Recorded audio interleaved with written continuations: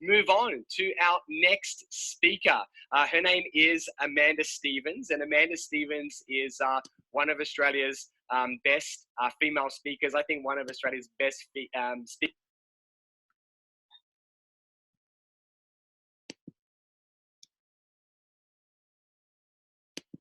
speakers, full stop. She is amazing. She's got a whole long list of accomplishments here, but we're just going to cover only a couple of things. She does have a double degree in marketing and consumer psychology. She's written 5 books and is a highly regarded marketing consultant. She's worked with lots of small businesses, but also lots of big companies as well, like Microsoft, Westpac, Foxtel, Lendlease, Priceline, and many, many others. She's also shared the stage with people like Sir Bob Geldof, Sir Richard Branson, and also Condoleezza Rice as well. So we're very grateful to have Amanda here to guide us through. This is a kind of like a brand new presentation.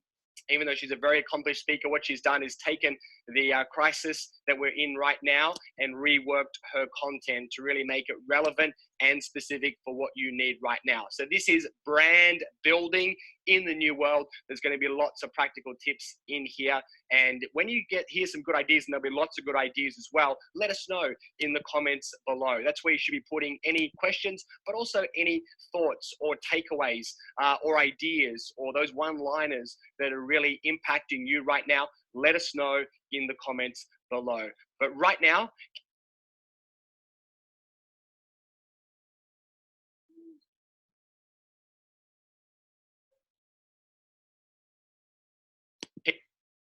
can you please help me and give a huge round of applause to your next speaker for Conquer the Crisis, Amanda Stevens. Big round of applause. Thanks so much. Thank you, and thanks, Dale, and hi, everyone. I firstly want to thank you for joining the live stream today. We are certainly in a very unusual environment, but the fact that you've logged on today means that you're committed to taking action and looking at how you can not only survive the interesting times that we're in, but how you might thrive through the other side. The first thing I want to say is we're all in this together. This live stream, in fact, I think is testament to the incredible resilience of the business community. And I think that one of the upsides, one of the benefits, or one of certainly the silver linings that we're going to see when we're through the other side of this challenge and this crisis is that when we work together and we collaborate, amazing things can happen. So thank you for joining today, and hopefully this session and this presentation gives you not only some ideas to take action on, but my hope is that at the end of this presentation, you feel a little bit more inspired and a little bit less isolated.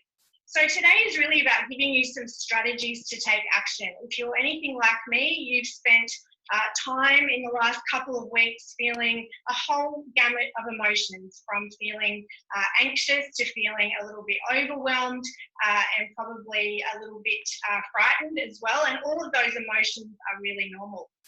We feel those emotions for our personal circumstances, but a lot of us in business have felt those emotions in terms of what this means for our business.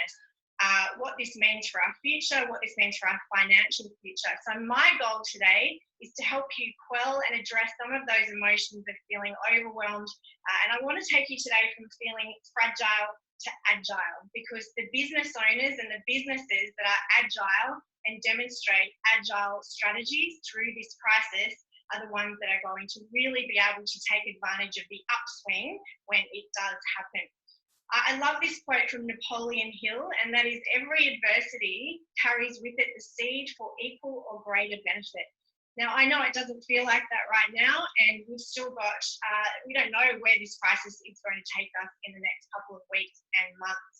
But I think that this is important for us to understand and maintain hope at this time, is that we have an opportunity in our business right now to take this adversity and do something really solid with it, and do something with it in a way that gives us a more solid business and a stronger business at the end of all of this. So today is not about rainbows and butterflies. I acknowledge that we're in challenging times, and for many people who are on this live stream right now, you're facing more challenges than some of us. So Today is not about saying, hey, it's all going to be great.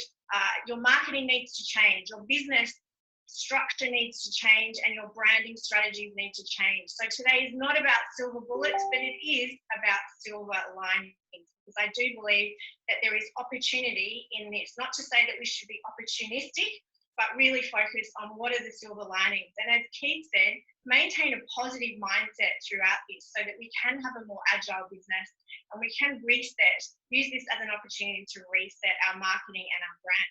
Now, a really obvious question for a lot of business owners, including myself, is what do we do right now with our marketing? Do we just put everything on hold? Do we stop all our Facebook ads? Do we shut down our website? What do we do? What do we need to be saying to our customers? What do we do with our customer experience strategy? And that's probably the overriding question that is keeping a lot of business owners awake at night. So as I said, I'm going to attempt to address this question today by giving you a bit of a blueprint and getting you to think about what does the next 30 days look like in your business and for your marketing.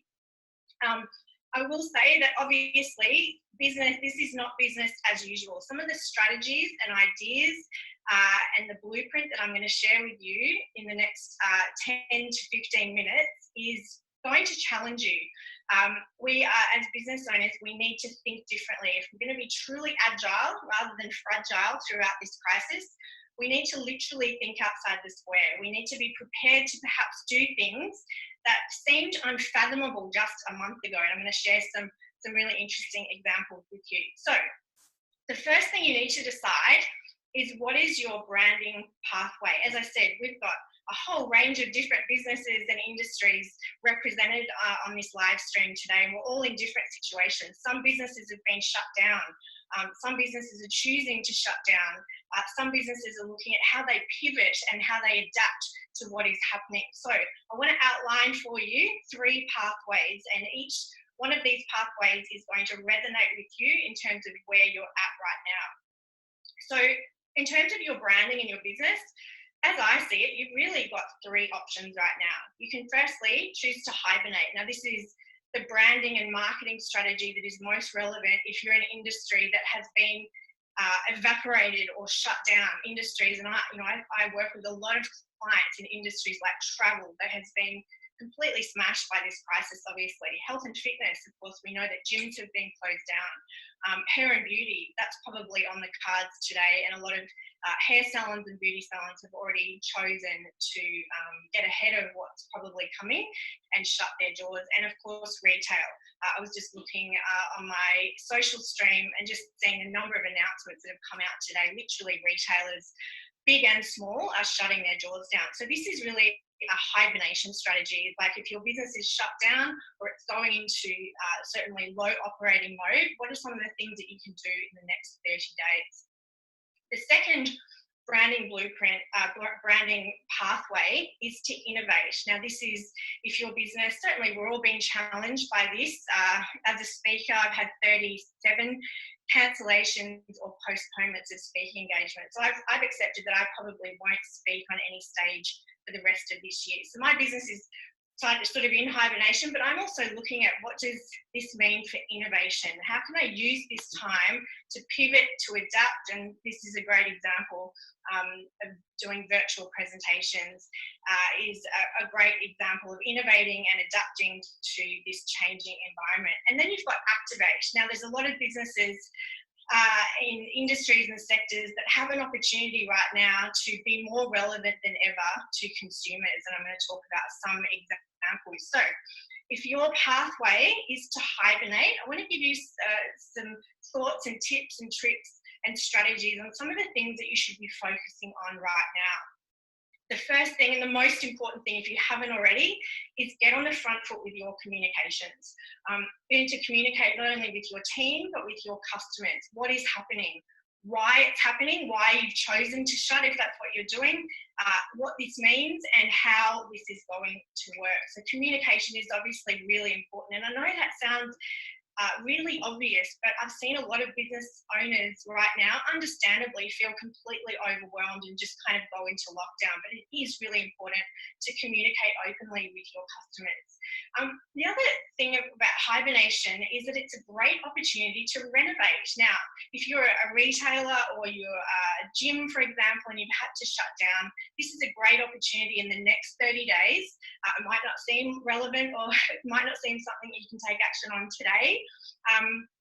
But think about this as an opportunity to renovate your premises, to renovate your brand also. This is a time to perhaps be thinking about a rebranding project, and just thinking about how you can potentially renovate and refurbish parts of your business. And collaborate. Now, this is a theme that I'm going to talk a lot about today. I think that right now the greatest opportunity we all have as business owners is to collaborate with our customers and to collaborate, in fact, with complementary businesses. I think one of the upsides when we get through this crisis is that we're all going to be closer than ever as a business community, and we're going to be looking for ways to collaborate with complementary businesses to be able to drive our marketing dollars further and perhaps come up with ideas that, again, seemed unfathomable a month ago. But sharing those ideas, sharing strategies and perspectives really gives us that opportunity. I will say we need no hate, and I say that because I've seen some really negative messaging online lately. Business owners judging other business owners for the decisions that they're having to make. So I think it's really important that we keep our messaging positive and also look at how we can maximize our time and our assets. Now, our business assets, I know I think about this a little bit differently to Brett perhaps in terms of how your balance sheet looks, but there are some assets that you have in your business now, not just the extra time that we all have, but some assets that we have that perhaps you haven't thought about that you can really leverage and maximize at this time. So around crafting your language carefully, I just want to give you a couple of examples of how you can repivot and reshape some of the messages that perhaps you are communicating to your customers and on your socials. The first thing is, rather than saying a forced shutdown, it's better to say temporary closure. So this is really about positioning, and it's about how you can craft your messaging in a way that's less fear-based and that is, just certainly has a little bit more of a positive, constructive spin on it. Rather than referring to the virus crisis, talk about the new environment that we're in. And rather than apologising for the inconvenience to your customers as much as you feel that way, just thank them for their understanding. So this is about how we can really pivot these messages to make sure that they are positive and constructive to our customers. I love this quote that I saw yesterday, that while Western cultures refer to this as a closure, isolation and quarantine, in Buddhism it's referred to as retreating. And I think that's a really important distinction for us as business owners, to think about this time not as being enclosed and in isolation and in quarantine. As Keith said, it comes back to your mindset and how you're going to reset. Use this as an opportunity to reset.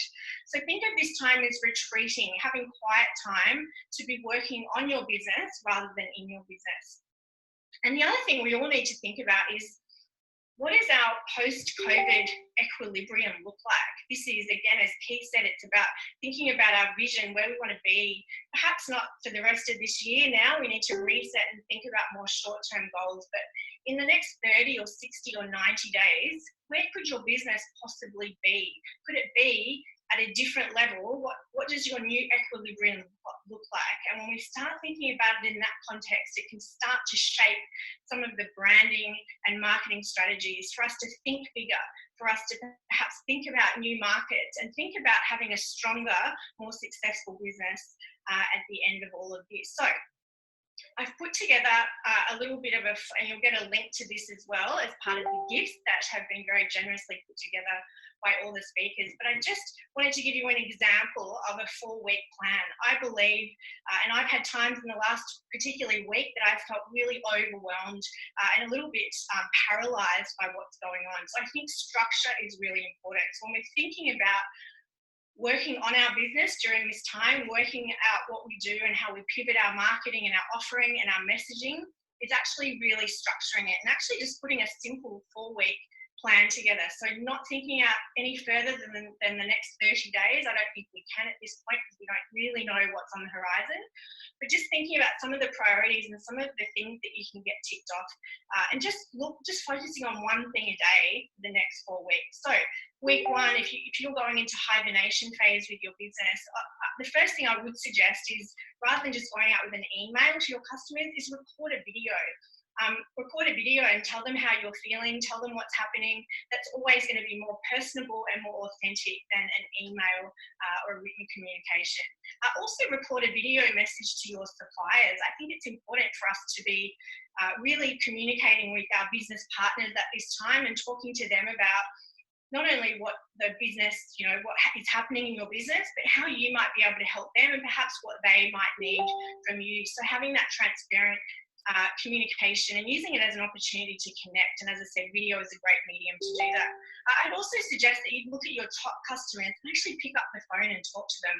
Rather than just emailing them or messaging them, actually follow that video up with a personal phone call.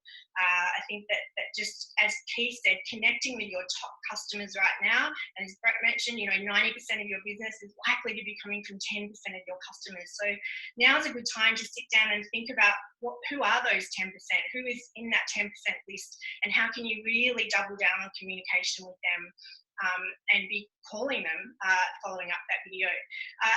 Now is also the time to think about suspending all obsolete marketing subscriptions. You perhaps have some tools in your business and some subscriptions that you're not going to really need in the next 30, 60, 90 days. So now's a good time as part of your potentially your cash flow and your P&L process that Brett talked about, is thinking about where can you cut marketing expenditure on subscriptions that you're not using right now.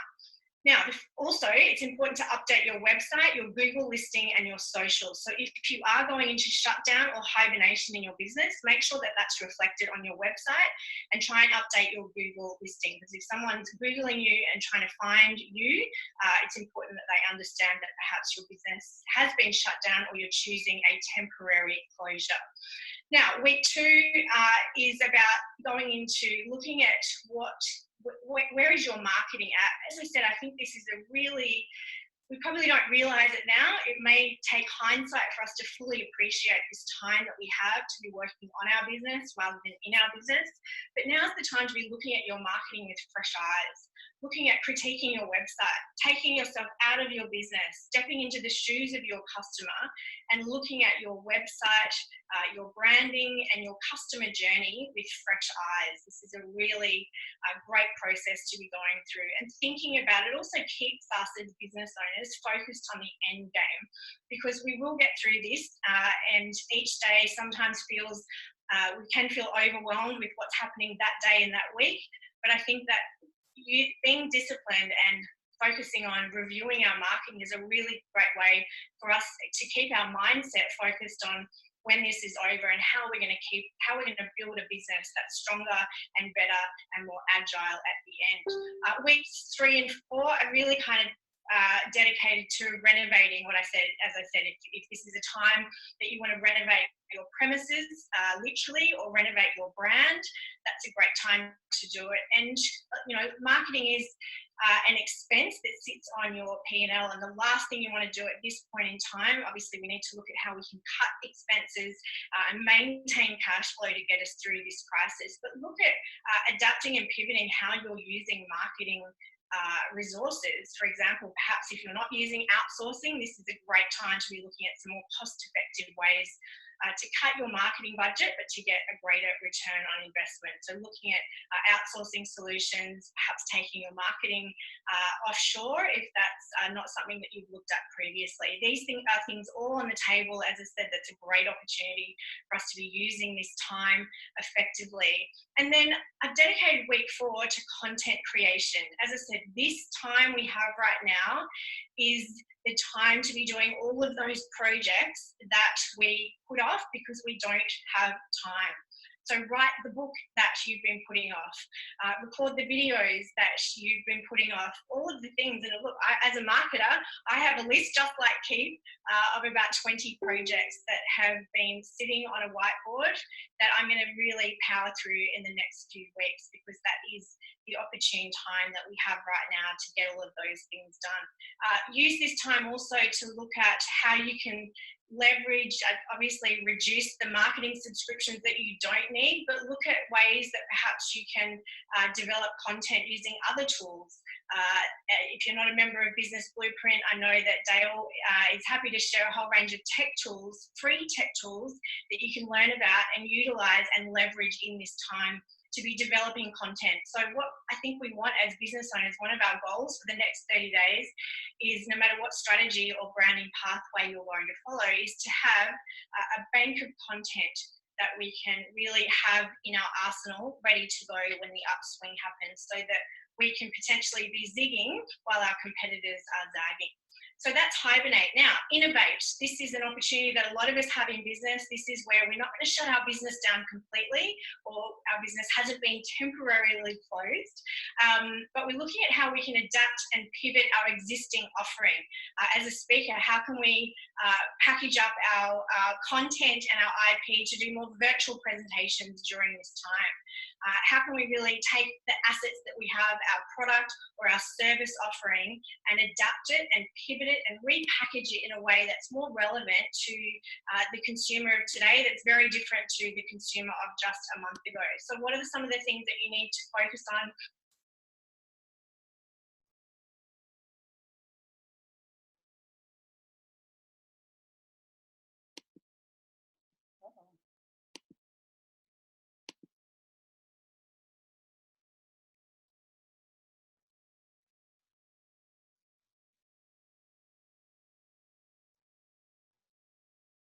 Sorry, guys.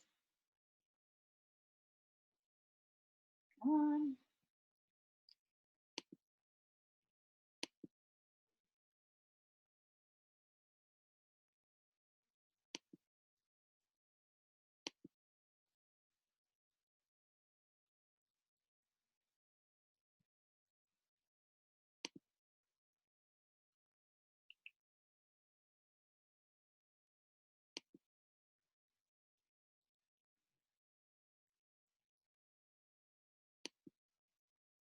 You know, for me, I'm going to be focusing on this time and getting up to speed on the financial side of my business, which is something that I've possibly avoided.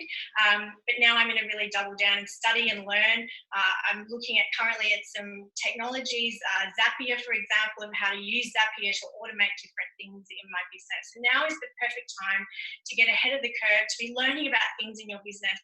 And as I said, working on your business rather than in your business. Now, get into your customers' world as well. If you've seen me speak before, you know that I talk about the fact that everything you do in your business says one of two things. It says you live in your world or you live in your customer's world. And I've seen some examples just in the last 24 hours of businesses and brands that have pivoted in a way that says that they are truly living in their customers' world and are prepared to adapt to that changing need. An example I want to use is a good friend of mine, Jay Edwards, who runs a very successful chain of hair salons across Australia. He's renowned as being the most expensive hair salon in Australia. A month ago, this initiative would have seemed unfathomable because obviously the hair salon industry has been, it's going probably into lockdown, but a lot of salons have been forced to close. So Jay has pivoted and done something that seems, it's got a lot of industry backlash, but it's what consumers want. And that's that he's packaging home hair colouring for us to be able to do our hair at home in this stage of isolation or temporary closure. Now, he's faced a lot of industry backlash, a lot of judgments from people in the industry that see this as an unprofessional move, but Jay has doubled down on this, and to his credit, because it says that he's living in his customer's world. And interestingly, he hasn't had any negative feedback from customers. In fact, it's already been a very successful initiative. So now's the time to be thinking about, in your business and your brand, are you going to be disciplined and focused on what your customers need? And that potentially, you might think that, you know, launching something will potentially compromise your brand and your position in the market, but if it is something that your customers want and they're going to respond to positively, then this is the time to be adapting and pivoting and innovating and being first to market. And by the way, Jay has had a lot of positive media coverage. He was on the Today Show yesterday. So that's the positive upside of innovating and using this time to think about new ideas, new fresh ways of doing things, and new strategies and pathways to be taking your product or service to market. And then finally, activate. There's a lot of businesses and sectors that have an opportunity right now to be more relevant than ever. If you're going to activate, if you've got a product or a service that people are going to need more than ever, now's the time to get absolute clarity on your niche. Get clear on who your customers are, what your position is in the market. Be ready to pivot your offering. And as I say, ramp up helpful content and make your marketing more relevant than ever. You may have to reposition and repurpose some of your marketing messaging, but now's the time to be thinking about getting on the front foot and really activating in a way that says that you are more relevant than ever. And now is the time, if you are going to choose the activation path, to be focusing on video marketing. So I think that in all of this, if I had to sum up where I see the opportunity, and we don't like to use that word opportunity, but there are opportunities and there are going to be opportunities for us as business owners to build a stronger business, not being opportunistic, but opportunities to leverage this time and this changing environment that we're in. So I think the three priorities for consumers, and no matter what pathway you choose, to just think about how your product or service speaks to these three needs. I think that we've seen the amplification of a trend that was already happening, which is the kit economy. So people are looking for complete solutions. They're looking for things in kit form that speak to a particular need or solve a particular problem. So if you can repackage and think about how your product or service can be presented in a kit complete solution form, then that I think is going to resonate more than ever. We're obviously looking for convenience and we're looking for things that are clean. I think that one of the byproducts of this crisis is going to be that we are, as consumers and as humans, going to be much more aware of personal hygiene. We're going to be much more aware of spreading of germs and that sort of thing. And that is going to impact how we interact with the world and interact with products or services. So I think we're going to see the rise of industries that were already emerging, and that's things like meal kit deliveries. HelloFresh is a great example. This brand has just grown enormously and exponentially here in Australia, and I think we're going to see a whole new level of growth for kit formats. HelloFresh delivered their first box in Australia in 2011. Last year they turned over $300 million. So I think the kit economy is alive and well, and subscription services, I think we're going to see an explosion. So can your product or service be repackaged and remarketing as a subscription service? I think now is also the time to think about getting on the front foot and really thinking about what's potentially your customers are going to be fearing. What are some of their questions, and how can you say to them, we get the situation that you're in? And we've seen the airlines that are, they are in absolute meltdown at the moment, already getting on the front foot and saying to consumers, one thing we can control is that we will assure your status. If you're a member of an airline program, we will assure your status. It's only a small thing, but I think these small messages that we can be sending to our customers say that we're living in their world, we're not living in our own world. Now, you know that I'm big on video marketing. Now's the time to be thinking about how you can produce some content in your business so that you are ready to go when the upswing happens. There are 6 videos you need in your business. You'll get a link to this with some examples as part of your free program, and you'll get a free copy of my book as well. But now is the time to be thinking about using this time, leveraging this incredible opportunity and asset that we have in our business, an opportunity that we may not get again, to have this downtime to be working on our business, to be developing content. Now, if I had to sort of sum up, how am I going for time, Dale? Have I got it? Yeah, you're going really well, Amanda. Probably just another 2 more minutes and then we'll... 2 more minutes, awesome. That's all I need, so that's great. I want to talk about a term, if I had to sum up what the opportunity is and what we should be focusing on with our marketing and our customer experience, and how are we connecting with our customers in the next 30 days. It's the term omotenashi. Now, omotenashi is the word that describes Japanese service culture. If you've ever been to Japan, you know that they have a very unique service culture. It's very extraordinary. They're renowned for their customer experience. And omotenashi refers to the service culture that is being of service, not servant, but being of service without expecting anything in return. We are in strange times, and I don't know about you, but I've decided that the best thing that I can do in the next 30, 60, 90 days, possibly longer, is to be of service.